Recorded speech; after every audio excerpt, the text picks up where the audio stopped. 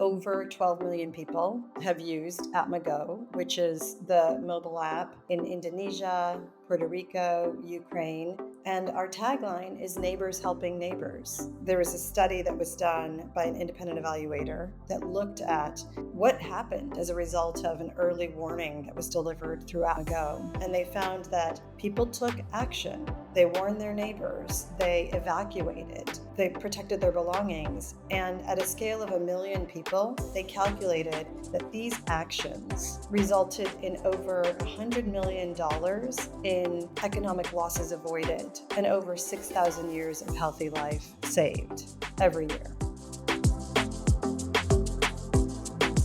Hello and welcome to the Conspiracy of Goodness podcast. I'm Dr. Linda Ulrich, your host, and I'm also the founder of the mothership website of this podcast called The Goodness Exchange. Yes, there is an amazing wave of goodness and progress well underway in the world that almost no one knows enough about yet.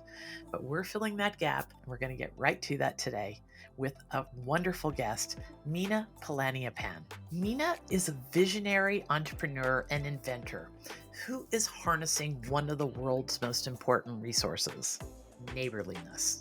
Yes, she has created a company that helps people in poor places around the world use very simple cell phone technology to connect around resources, to prepare for disasters, to survive them, and to build back better. Atma Connect is a digital space where people can come together leveraging very simple technology and then experience a kind of resource sharing that may never have been possible before this.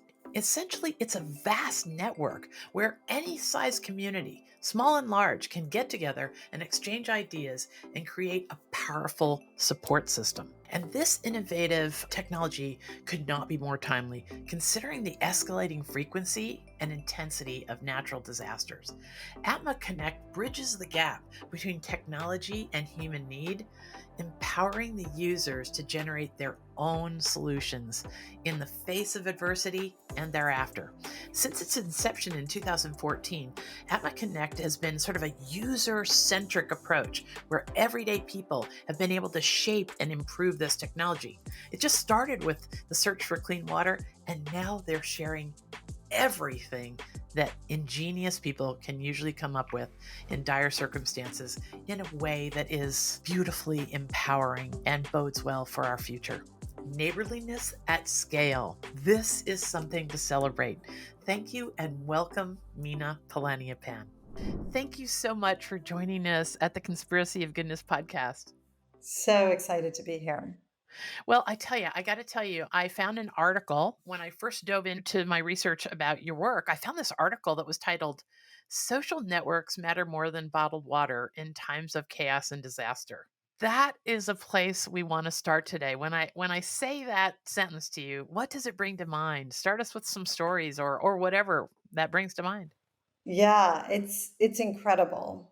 When we started our journey and we started to see how people were using our mobile app in Indonesia, they were using it to help one another find safe routes through flooded streets, the Mm-hmm. location of flooding shelters.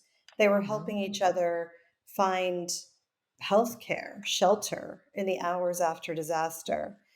And we didn't even know that this was a need. And as we looked into the research, we found study after study, looking back at the earthquake and tsunami in Japan, looking at Hurricane Sandy, looking at the heat wave in Chicago, and academics and researchers studying all of these disasters found this incredibly surprising thing.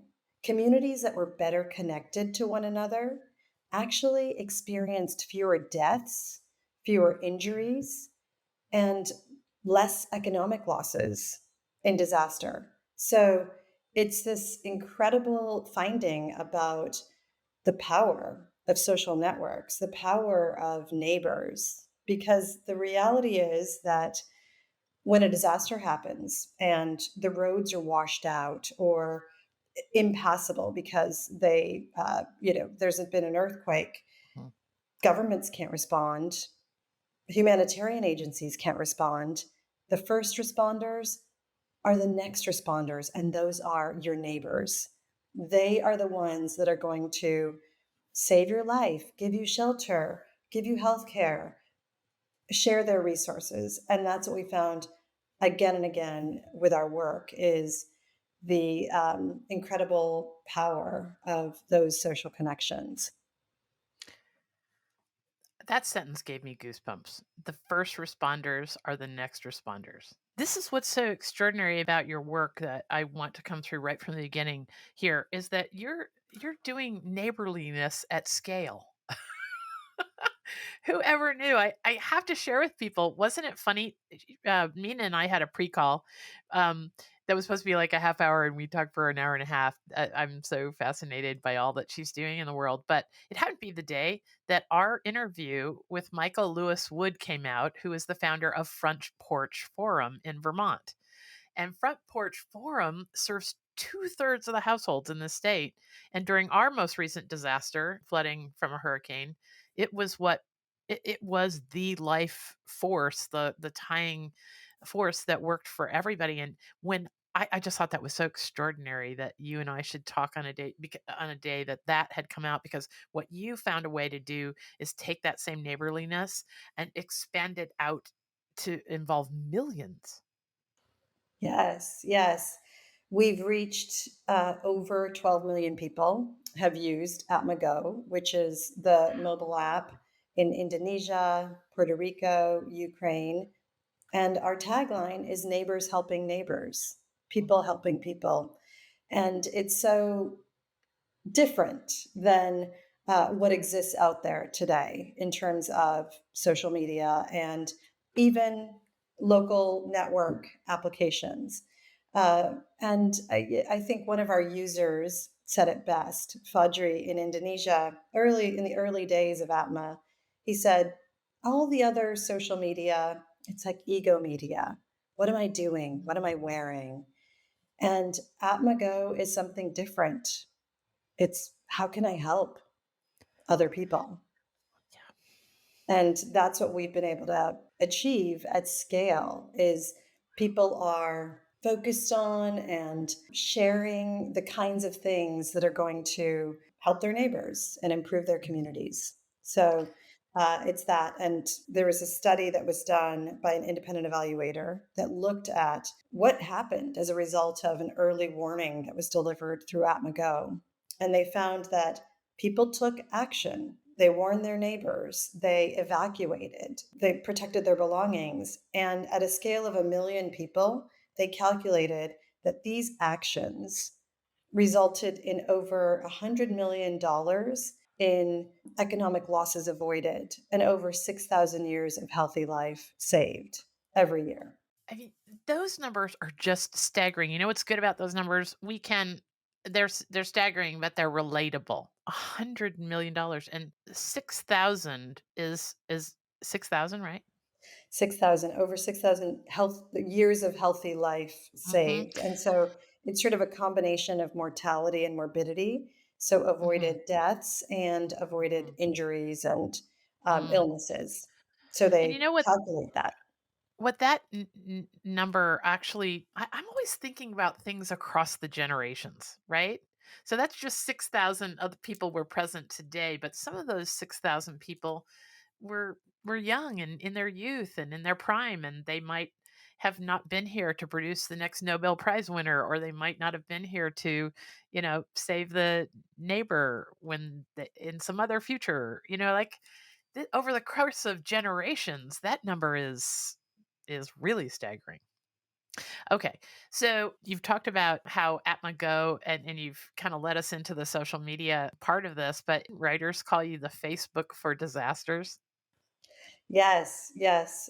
When we released the study and the research about this, Reuters called us the Facebook for disasters. And we love that because it's tying it to a very household name.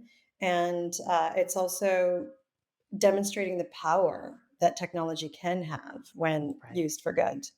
There's kind of a nesting architecture here that I want you to explain to people because I think that's what makes it so unusual. Talk to us about how this actually works. Big picture down to small picture. That at the community level, that it's that scope that's so ingenious. Yeah.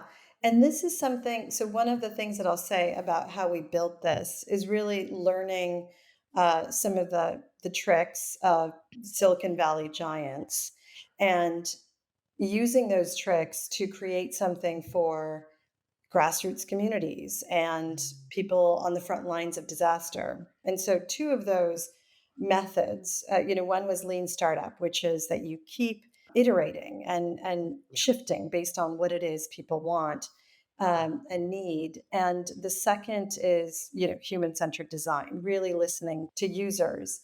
And what we heard from our users is that people were interested not just in their where they lived, but also where their mother lived, and also where they worked. And so we wanted to create this openness and transparency so that you can look in the neighborhood that your mother lives. You can Right. see posts in, neighborhoods that you're interested in and concerned about.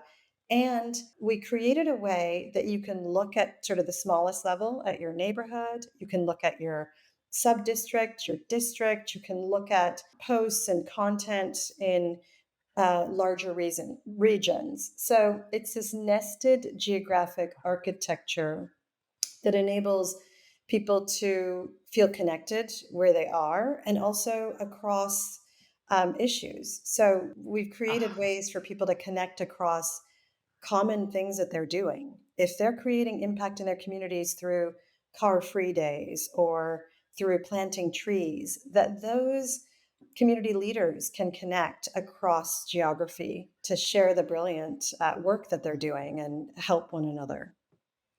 all right, I want to get to more on that. We're going to take a quick break, and when we come back, we're going to talk about how this whole thing started because it didn't start here and it is a very fascinating story.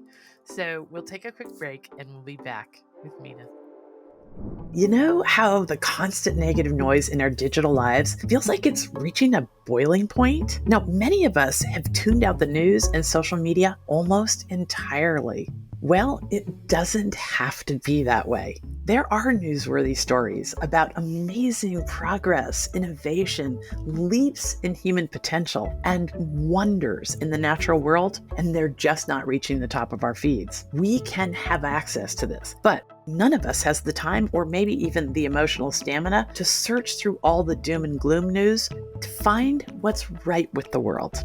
Okay, enter the Goodness Exchange. There, we are giving instant access to positive news for curious people. Did you hear about the recent Harvard study that found that exposure to just 4 minutes of good news can make you 32% less anxious and 18% more optimistic? Well, I don't know about you, but I need those kind of numbers in my life.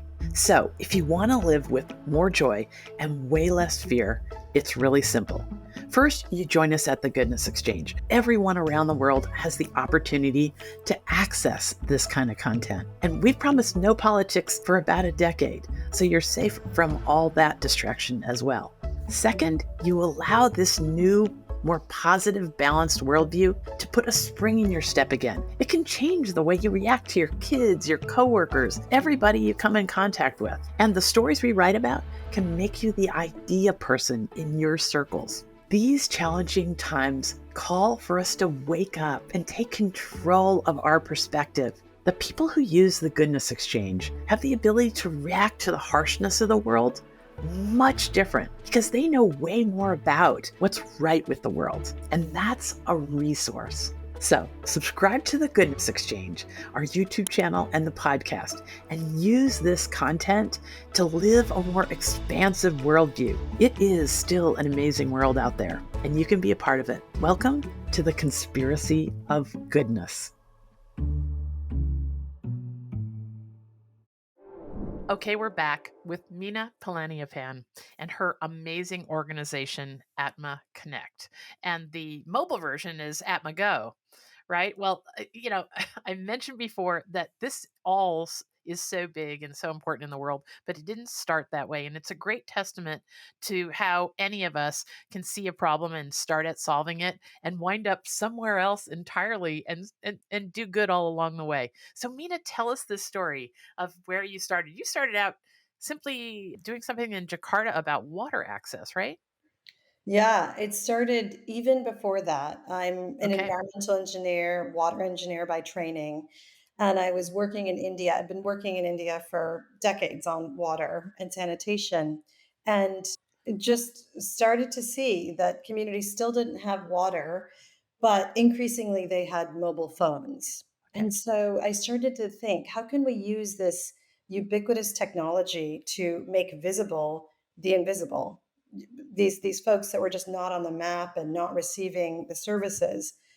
And as I looked further and did some projects in Indonesia, I saw that often we were using mobile phones in international development contexts to tell people what to do or to collect information from people in the Mhm. service of larger institutions and organizations. And so I really wanted to create something that really recognized people in grassroots communities as ingenious and powerful. Everyone is ingenious and powerful and resourceful.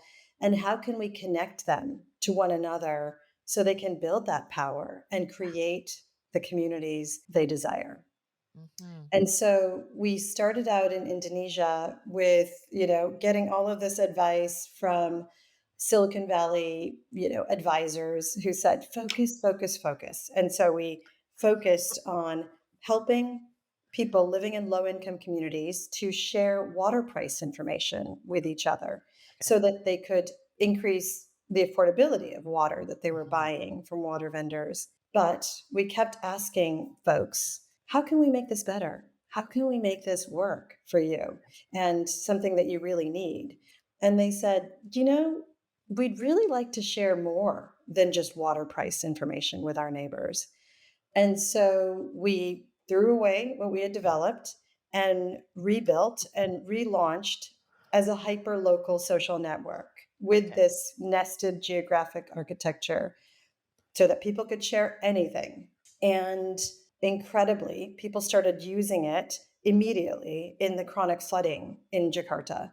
And they were sharing these things, these safe routes through the city, telling each other to watch out for signs of waterborne disease in Right. children.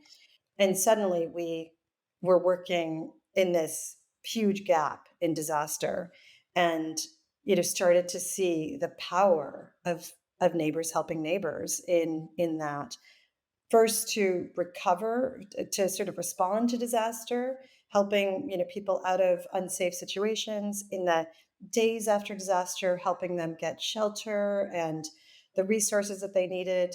And what was incredible is that in the months and months after disaster, after the aid agencies had left, people were organizing together to rebuild, to protect their communities from the next disaster by Mhm. planting trees, by clearing garbage from stormwater drains, by practicing emergency drills. They were creating just a more resilient community. So, what I love about that are two things. So, first, I gotta own this. I just keep getting goosebumps when you're speaking. There's just something about what you're doing, Mina, that I think is like human 2.0. It's such an example of that. Okay. So, one thing I want you to comment on is the fact that it would look like humans seem to learn, grow, come together, all that we know we should be doing right now.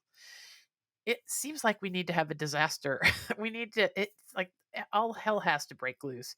And then we're motivated to put our differences aside and talk to each other and invent together and improv as it were in the moment. Do you see that? Am I wrong about that? Or and then I have to add to it. The second question is it sounds like you've actually also captured when you just said and then after the disaster, after the aid folks are gone, it seems like you've not only acknowledged that part that I first commented on, but you've created systems that can keep the good times going, to keep the ideation going, keep the neighborliness going. So, talk to us about this whole concept of why do humans have to be backs against the wall before we come together? Yeah, that's such a great question. And Rebecca Solnit wrote this book, Paradise Built in Hell, and really looked at this incredible fact that, whether it was the Holocaust or after a disaster, it was like there's so many stories of such tremendous good that was being done at a Mhm. cost to people's safety. Right, So many incredible things that happen. And the reality is that that is happening all the time. right, And we sometimes don't see it. And I think that it's true even in disaster or crisis, we focus on, all of the things that are going wrong or the people that are doing wrong. But in every story of crisis, there are the helpers, the folks that are there to support their community, to do whatever it is that needs to be done, and that is us. That's humans, and we absolutely need to create systems like this Conspiracy of Goodness podcast and this movement where we start focusing on and seeing the good, recognizing it as valuable, and creating systems that uplift this, that right. create more and more of this. And that's really what we've been doing. Hmm. I heard something you said about creating life serving systems. That's such a great little term, life serving systems. Talk to us about, do you have a few stories of that? I think a story would be good, or some examples. So I love that question. And there are so many stories of people using AtmaGo and the platforms that we've created for good to serve life. And after an earthquake that happened in Lombok in Indonesia, there was a woman, her name is Benti, who was just so frightened and just so she had so much post-traumatic stress that she didn't leave her house, and she was just stuck in the fear of what had happened and what might happen next. And on AtmaGo, there was this campaign that was starting that was Lombok Rises, and really talking about how all of the neighbors together we're going to rise up together and rebuild. And and Benti said uh, something about this, which was one of the most touching things for me in our work. And there's so many stories. This is one of them that's really touched me. She Yeah. said, these posts on AtmaGo made me want to get leave the house again and be involved. Like, this is what saved me from this despair. And it was just such an incredible story of the power of community, the power of bringing our hands together to rebuild and to bring hope, and how it was lifting those folks that had been really crushed by what had taken place. And there's something that makes me in that story want to ask about the crushing nature of social media, like on an everyday basis, or how are algorithms working here, and what do you see as problematic and what do you see as possible? Yes, yes. This is something that I've studied and looked at a lot. And what's incredible is academics have started to look at what's resulted from the way social media is designed. So, the most powerful um, engines of social media, how they're designed. And what folks have found is that things like anger and hate and fear, if the emotional reaction is anger or hate or fear, that those kinds of posts spread more rapidly. Right, So they have a much more viral nature. And the algorithms in these social media engines are designed to attract as many eyeballs as they can. right. And so there's a way in which the entire infrastructure is designed to increase negativity, disinformation, misinformation, and fear. And that's what drives eyeballs. That's what drives the business model of these companies. And Mhm. that's something that's been proven again and again. And we've seen the mental health effects of that Mhm. among our youth.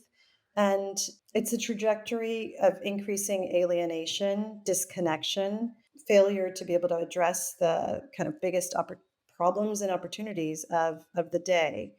And it is absolutely in how the algorithms are designed. So one of the things that I noticed about our pre-call conversation and how I felt afterwards, and how I hope people feel after this they hear this conversation, is that so part of what you've got people doing with Atma Connect is connecting, but at the very basis of that is deciding what to give their attention to. See, I'm sure during all those disasters, whoever could, I'm sure there was enough negativity on social media and everything else, and blame and shame and whose fault is this. I'm sure that was just piles of it. But you gave people something useful and helpful, and that's another thing I want to go back to something you said a minute ago. You said there will always be the helpers. Fred Rogers, Mr. Rogers, that was one of his very favorite quotes. Is he said his mom used to say, in every dark time, look for the helpers." And I think that that's what gave me some goosebumps about your work, is that you're giving people something else. They might have turned to Facebook or whatever social media is popular in Jakarta during that disaster, for lack of anything better or more helpful. But think what would have been there, right? But you gave them some other choice to give their attention to. Talk to me about how this sort of create makes everybody a change maker. Absolutely. And that's the goal, that's the opportunity, is to see that, to know that that is the truth, is that everyone is a creator. Everyone is a change maker, not just some of us, all of Mhm. us. And everyone is part of co-creating this world that we want and are ready for. So I've heard you talk. I did a whole lot of homework on all the things that you're putting out there in the world, which is like lovely and unbelievable. And I heard you talk about this thing called the creator economy. Talk about that. Like it's back to that everyone can be a change maker, but give us a little bit more about that. Yeah, so I'd love to share with your audience about another vision for the future Okay. that we're trying to create. There's a certain trajectory that we're on, whether it's towards the metaverse or we can say AI, and that is these things: further disconnection from real life, inability to face growing existential threats, Hmm. increasing inequality, conflict, alienation. And what I'd like to present is another trajectory that I like to call the plentyverse. It's a new way for us to interact in society, through our economy, supported by technology. Something where we increase connections between people, where we see everyone as a creator and a change maker, and we change the flow of resources towards real world impact, towards the things that are making the world a better place. And we're sort of creating opportunities for collective action and collective being.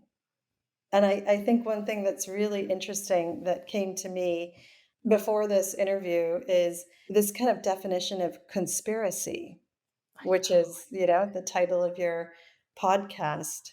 And in the Latin, it literally means conspire, to breathe together. And this is it. This is what we're all weaving together, this new world. And we want to have resources to flow to things of real value. And there are a lot of things that need to shift. but we're getting there. I have to share with you that we struggled with the name of the podcast for sure. There's a great story. I will share it in the okay. So people should understand a few things if you are new to the Conspiracy of Goodness podcast. One thing is you see me taking notes and looking here and there, and although over I have questions and questions and questions that I want to get to with Mina, but also I'm taking notes of great moments when she says something that I know we all want to hang on to a little bit more or be able to get back to. So on the YouTube channel for the Goodness Exchange, you're going to be able to access many, many moments from this podcast. And some will just be in little 1 minute, 40 or 40-second videos, and others will be in something I'll call a mini course that might be 3 to 8 minutes. So I'm taking notes over here diligently to be able to help the richness of the ideas that Mina is putting out there in the world last and last and last and be accessible. Also, there'll be an article, an extensive article about this interview and all the things that she and I are mentioning. I've gotten written down the name of that book you mentioned. I'm going to make sure that the story of the conspiracy of goodness is in this article because it's a fabulous story from World War II. And also something you sent me in an email this morning just before our interview. I'm gonna reprint that on the article too because it's about what would you say? It's a lovely. Is it a poem? Would you call it a Yeah, poem? it's a poem that someone shared. Yeah, about breathing together and a lot of other wonderful things about giving what we give our attention to and creating our own reality. I would say from a big picture. So I will share that there. These will be amazing show notes for this interview. Okay, so let's go on to something that I really don't want to run out of time to talk about. So, in this world where we're all pulling our hair out about what chat gpt could mean to students cheating or all the negatives about technology is what everybody seems to focus on. But today I saw a TED talk. I'll link this too, by Sal Khan. Sal is the Khan Academy genius. Well, I'm telling you, watch his most recent TED talk and let him talk about what AI could do in the way of personal tutoring and the very good science about that. So talk to me about the other way we could think about technology. Like what's on the horizon for you or what do you see as possible? Because this isn't you're not talking about a panacea. You're talking about reality check, folks. We can use technology to do some extraordinary things. Yes. So in building this plentyverse vision, it's not just a vision, it's Mhm. actual changes in the economy Right. and how we exchange as a society and what we see as valuable in society. So I'll give you an example of a project that we are working on. So we all know that the Amazon and rainforests around the planet are the lungs of the earth. We Mhm. really need these to avoid climate catastrophe.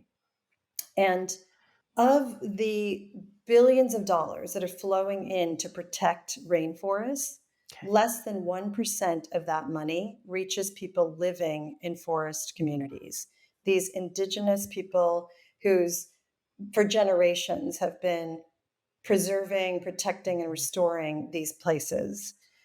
And what we are creating with partners in Ecuador, Fundación Pachamama, is a system where people living in these forest communities can document the work that they're doing to plant trees, to protect areas of land, to share their cultural wisdom. They can do that through simply uploading these things on their phone and be paid for this so that there's a value exchange, that what they're doing is valuable and it's met with money.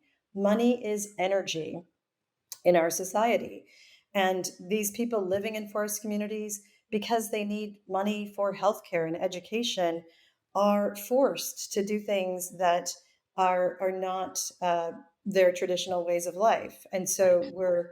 we're creating life giving, life serving economies uh, that are paying grassroots communities, people on the front lines, for their Mhm. incredible work. And that's just one example of a project that is emerging out of this. Lovely. There's a great woman that I interviewed about a year ago with a program called Humans for Abundance, and that is exactly what they do. I'll put that link to that episode in here. Yeah, she's created a system where those of us who kind of all are part extractors of the rainforest, right? If you drink coffee, you're part of the extraction complex. Or ever. We You could probably inform me about six other things we all do that actually lay at the feet of what's going on in the Amazon. And she has figured out a system where it's not charity, you're just supporting the people who decide not to cut down their rainforest and put a cow pasture on it. Yes, I think that that's really important part of this shift is, I don't believe in charity, and I don't believe in universal basic income. The Okay. reality is everyone is creating value. They're doing incredible work, whether it's planting trees or educating children, or there's just so much sort of unseen, unvalued work that is going on to create these livable, resilient, beautiful places. And what we need to do is reframe universal basic income into universal contribution income. Oh, How are you contributing to the collective? What is your note in the global orchestra? We want to see it, we want to celebrate it, and we want to help it grow. that is beautifully said. That is beautifully said. Yeah. And I think that goes back to that's in your vision of this plenty verse. There's plenty because everybody's contributing. And everybody does. I try and talk to people a lot about, finding what they're uniquely built to contribute. There's Yes. something that everyone can do. Yes, and it is what lights you up. Yeah. And I think that we've, created an economy where people are. And I was just sort of thinking about Ayn Rand and Fountainhead and this idea that there are wealth creators and then the rest of, humanity is extracting. And the Mhm. reality is we're in a new time where we have a much better understanding of what's going to work for us all to live together in harmony. And that is seeing that beautiful light, that beautiful gift that every person has, that light that every person has, and that's bringing them forward and giving them the opportunity to shine that light and to shine brighter. I think it's sort of for everyone to take that journey. That's what we want to create, a Mm. society and a system to do. Mhm. And what I kind of saw from the 1,000-foot look there on Atma Connect and AtmaGo was that I came away when I first did my study and looking into it, thinking it's about changing the responsibility, like the blame and shame narratives, to things about like collaborations and co-creating things together, and talking about opportunity instead of responsibility. Is that bottom line?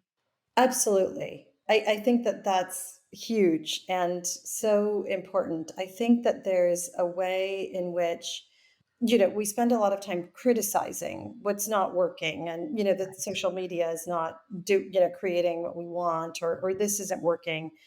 But the reality is we want to build, grow, and give our attention to alternatives so that we start displacing and sort of like creating this beautiful new world because we're co-creating it. And we don't need to criticize. We just need to create, Yeah. and everyone's going to get on board because everyone is this valuable, powerful creator.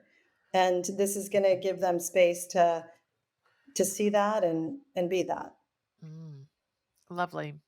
You have a way of seeing the best in us all, which I really, really appreciate, Mina. We are So the best. I know. That's Well, that's the thing. yes, we've gotten through some tough times for 35,000 years. Yeah, yeah, and, not to say that there isn't, darkness or Yeah. shadow, but It's easy for our mind to sort of like get into that cycle of just, seeing that. And what we give our attention to, what we give our energy to grows. And that's what I'm most excited about. That's what I'm Mhm. focused on. It gives me energy versus despair. Mhm. And that's the choice too, right? Like I've had many, many of my guests. I think that's the through line that runs through all of you, all the folks that I've interviewed who are doing extraordinary things for our shared future, is that you are just tight. You're just tight on what you give your attention to. You're just not willy nilly and just being distracted by the chaos and the noise and the negativity and the naysayers. You're just moving on to wherever the energy is or wherever the most aliveness is. Am I right?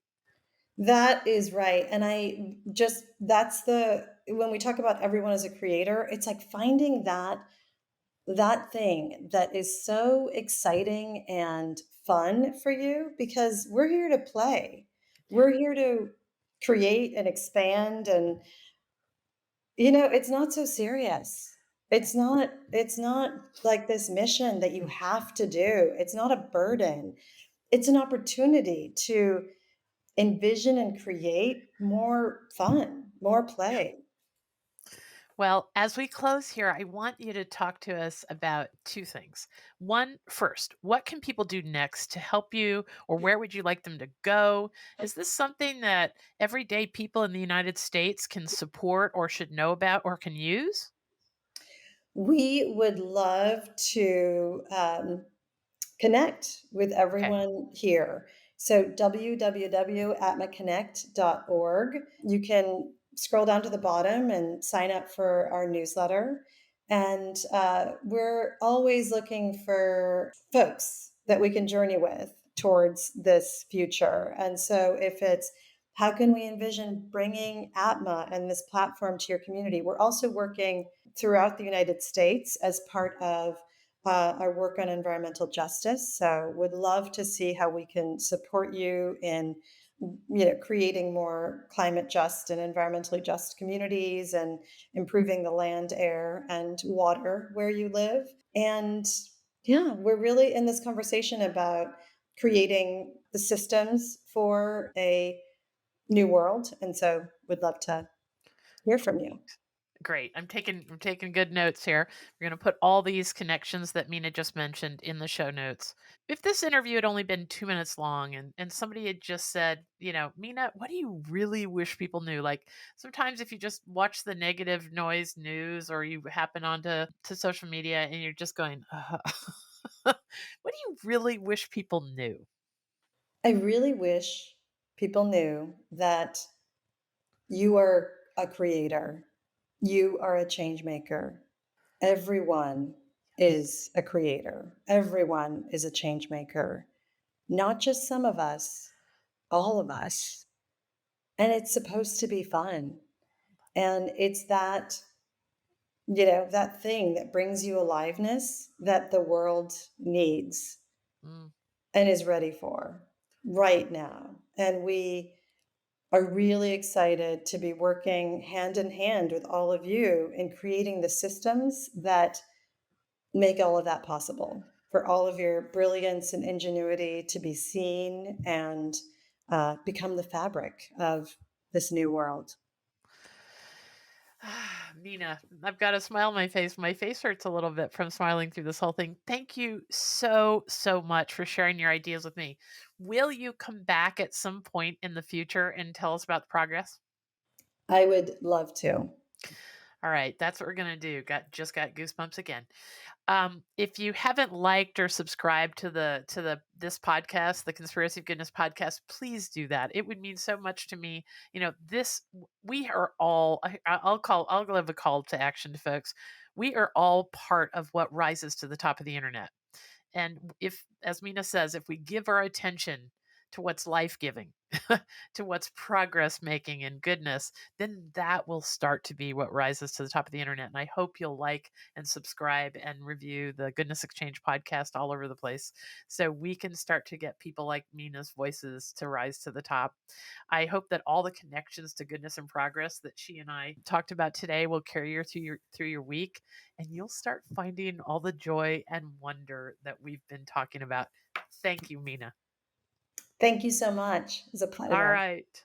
Bye bye. Have a great week, everyone.